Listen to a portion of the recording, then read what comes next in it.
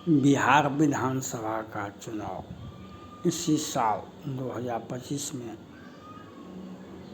अंतिम तक में फाइनल होना है। चुनाव प्रक्रिया समाप्त हो जाएगी, चुनाव सरकार बन जाएगी। तो यह सभी लोग अपना अपना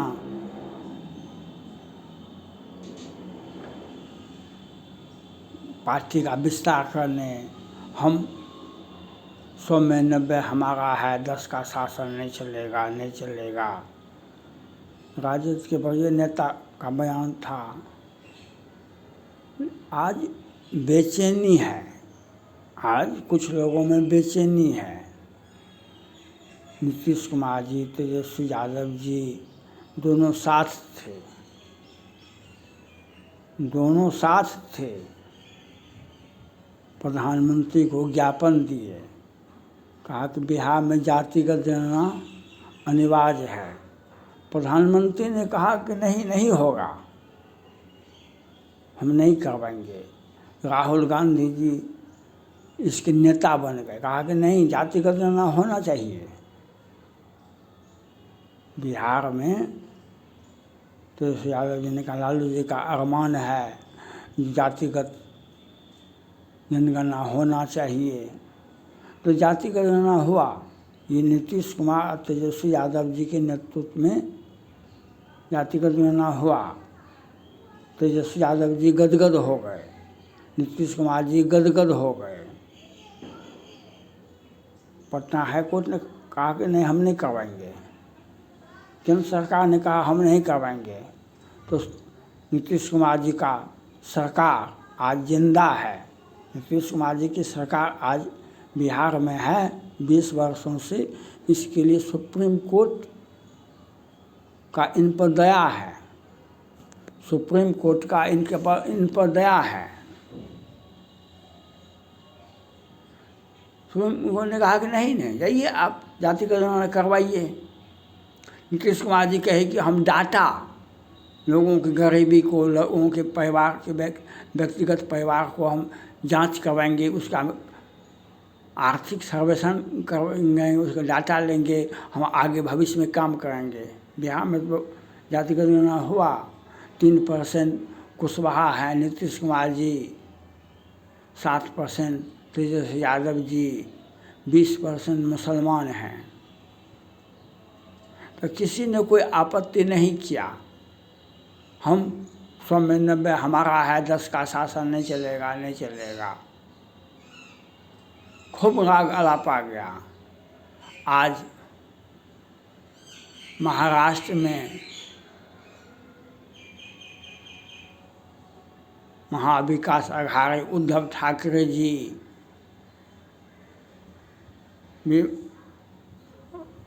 शिवसेना का राजनीतिक जो उत्थान था वह महानगर पालिका में था। शिवसेना का जो राजनीतिक उत्थान, राजनीतिक केंद्र था, वह महानगर पालिका में था। और हम वहाँ पर इनकी महानगर पालिका में चुनाव में ये जीतते थे। तो इनकी कहा कि हम महानगर पालिका से बम्बई को जीतेंगे, बम्बई से हम लेकर के दिल्ली को जीत लेंगे। तो मौका मिला तो भाजपा से झगड़ा कर लिए। वो इंडी गठबंधन, महागठबंधन के नेता बन गए, मुख्यमंत्री बन गए। अब चुनाव में हार गए तो अब बेचारे सड़क पर हैं। अब राज ठाकरे, उद्धव ठाकरे जी एक साथ मंच पर आते हैं। भाजपा ने सत्ता दिया, भाजपा ने उनके कद को बढ़ाया। 2 संसद नहीं होता था शिवसेना का, 20 संसद हो जाता था भाजपा के सहयोग से। बिहार में अब जब विधानसभा के चुनाव में वे हार गए तो अब सुप्रीम कोर्ट, निर्वाचन आयोग पहुंच रहे हैं। अब बिहार में चुनाव होगा तो NRC लागू है, पहलगांव की घटना आपके सामने में है। वह जातिगत जनगणना करवाए। 2003 के विधानसभा क्षेत्र में आप कहाँ थे? 2003 के विधानसभा क्षेत्र का आधार माना गया है, जो आप 3 में कहाँ पर थे और आपकी संख्या क्या थी?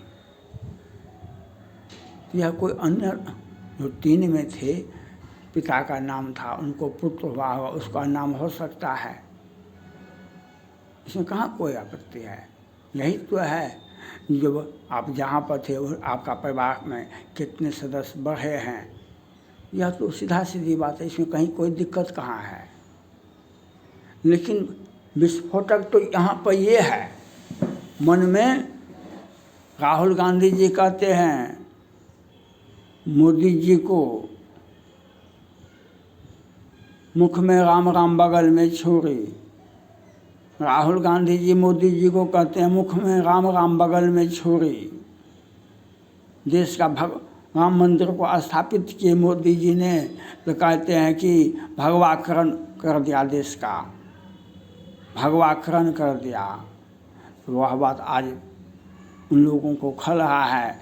एनआरसी संसद से पास है, धारा 370 संसद से पास है, 35 से संसद से पास है, वक्फ बोर्ड का बिल संसद से पास है। सुप्रीम कोर्ट मुसलमान भाई जो सबसे बड़े नेता है, जो कानूनविद हैं, उन्होंने कहा कि जो संसद से पास है कानून पर, तो सुप्रीम कोर्ट क्या करेगा। तो जातिगत जनगणना तो आप नीतीश जी, तेजस्वी यादव जी ने करवाया बिहार में, तो अब मामला पकड़ा गया। जो विधानसभा में 3 में आप कहाँ पर थे, आपकी संख्या उस विधानसभा में कितना था? 5000। आज उस विधानसभा में अब 40,000 आ गए हैं, तो वो कहाँ से आया लोग? वोट जिहाद का, लोकसभा के चुनाव में वोट जिहाद शब्द का इजाद हुआ था। ये उत्तर प्रदेश के खुर्शीद रहमान साहब, कांग्रेस पार्टी के बड़े नेता हैं, उनके परिवार के लड़के ने कहा कि सो वोट जिहाद, तो वोट जिहाद के लिए तो आपने खूब किया, कांग्रेस पार्टी ने खूब किया वोट जिहाद के लिए, माय समीकरण बनाए बिहार में। ये नीतीश कुमार जी टोपी भी खूब पहने। ये वोट जो एकीकरण किए, वोट का जो वोट जिहाद जो आपने पैदा किया, तो एनआरसी लागू क्यों नहीं होगा? एनआरसी लागू क्यों नहीं? आप बताइए, आप 3 में कहाँ पर थे? आपका वोट बैंक इतना कैसे बढ़ गया है? एक विधानसभा में आप 80% हो गए हैं, 40% से ऊपर 80% तक आप हो गए हैं, तो कहाँ से आए लोग? वो बताना पड़ेगा ना। अगर अब वोटर लिस्ट में आपका नाम 58 में था, 60 में था, 70 में था, 80 में था, कोई निर्वाचन आयोग क्या कोई भी आपके नाम को छांट सकता है? आपके पिताजी का नाम था तो पुत्र का नाम तो रहबे करेगा, कोई नहीं काट सकता, नहीं न्यायालय काट सकता है, नहीं कोई व्यक्ति काट सकता है। लेकिन एकाएक आप वोट जिहाद किए, तो वोट जिहाद आप कर सकते हैं, तो देश में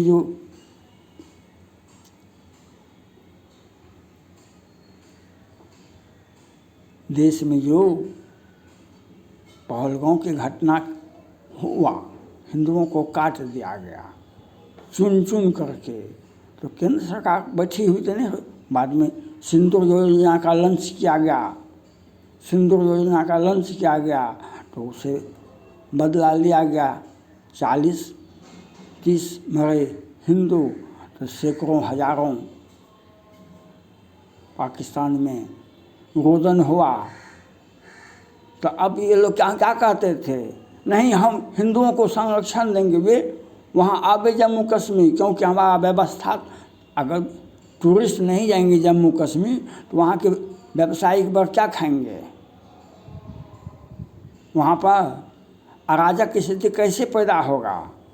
तो एनआरसी लागू है तो आप उनको बताइए, कागज दिखाइए। और 3 का विधानसभा चुनाव में आप थे, तो आपका नाम को कोई काट नहीं सकता है। हमारे देश में एक मजबूत न्यायिक व्यवस्था है। हमारे देश में एक मजबूत न्यायिक व्यवस्था है, लेकिन वोट जिहाद के नाम पर जातिगत गणना तो आपने करवाया। नीतीश जी, तेजस्वी यादव जी, 100 में 90 हमारा है, 10 का शासन नहीं चलेगा, नहीं चलेगा। और तो अब आप कहते हैं कि ये क्या हो गया। तो वोट जिहाद का इजाद आपने किया, वोट जिहाद का इजाद आपने किया। उसके मुताबिक दिल्ली में जब केजरीवाल की सरकार थी, श्रद्धा को 35 टुकड़ा में काटा गया। तो पीएफआई का दिल्ली को हम पीएफआई का मुख्यालय बनाएंगे, पीएफआई का मुख्यालय बनाएंगे।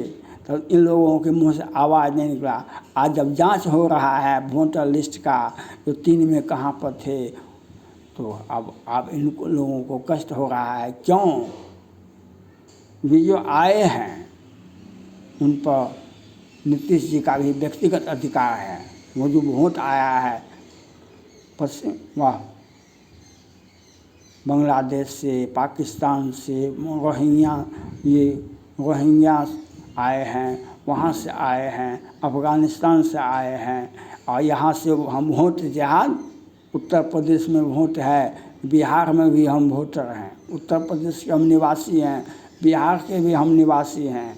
राहुल गांधी जी कहते हैं महाराष्ट्र में 2 घंटा में 70% वोट कैसे गिरा, 2 घंटा में 70% वोट कैसे गिरा। राहुल गांधी जी बतावे कि कैसे, जब 3 के विधानसभा चुनाव में आपका नाम नहीं था, तो ये यहाँ पर कैसे आ गया। 3 के विधानसभा चुनाव में आपकी संख्या यहाँ पर 2% था, आज 40% कैसे हो गया, तो ये बताइए। और यह बात अभी तो चुनाव निर्वाचन आयोग में तो लोग गए, बिहार में भी जा रहे हैं, केंद्र में भी जा रहे हैं महाराष्ट्र चुनाव लेकर के, और बिहार में भी एनआरसी लागू है। पहलगांव की घटना ने एनआरसी को मजबूत किया। और ये तेजस्वी यादव जी और नीतीश कुमार जी दोनों जब साथ थे बिहार में, तो जातिगत गणना बहुत ज़रूरी है। राहुल गांधी जी जातिगत गणना का टोकरी लेकर के वह पूरे भारत में आवाज़ बुलंद करते थे। आज जातिगत गणना में जो खामियां हैं उसको देखा जाएगा, उसमें जांच किया जाएगा। जातिगत गणना हुआ तो पकड़ा न गया, तो अपने से आप अपने किए काम, और नाम बदनाम भाजपा का, नाम बदनाम भाजपा का। हिंदू बदनाम नहीं हो से क्या होगा। हिंदू 80% है, 20% तो दिखा दिया। वही बहुत बड़े मुसलमान भाई हैं, तो उन्होंने कहा कि कांग्रेस पार्टी ने तो हिंदू मुसलमानों को सड़क पर ला दिया। कहा कि 20% मुसलमान हैं, 80% हिंदू है, वहाँ पर आपकी राजनीति कैसे होगा। आप उनके साथ मिलजुल के काम करेंगे तो divide and rule. Rahul Gandhi ji divide and, हिंदुओं में जातिगत गणना बहुत ज़रूरी है, तो हिंदुओं में जातिगत गणना बहुत ज़रूरी है। तो आपको भी बताना पड़ेगा आप कहाँ से वोट जिहाद कहाँ से लाए हैं। हम उत्तर प्रदेश में भी हैं, बिहार में भी हैं, दिल्ली में तो अराजक स्थिति पैदा किए, तो कैसे कैसे वोट एनआरसी लागू हुआ तो वहाँ पर वोटर लिस्ट में नाम छटा। तो आज केजरीवाल जी 20 विधायक के साथ विपक्ष के नेता हैं, 20 विधायक के साथ विपक्ष के नेता है। वही हर्ष बिहार में भी होगा, वही हर्ष बिहार में भी होगा, क्योंकि वोट जिहाद का इजाद आपने किया, जातिगत गणना आपने किया। और 100 में 90 हमारा है, 10 का शासन नहीं चलेगा, नहीं चलेगा। अराजक की स्थिति पैदा किसने किया? अराजक की स्थिति पैदा किसने किया? यह पहलगांव की घटना को अंजाम किसने दिया? वैसे तत्वों को देश के अंदर बर्दाश्त नहीं किया जाएगा। Thank God.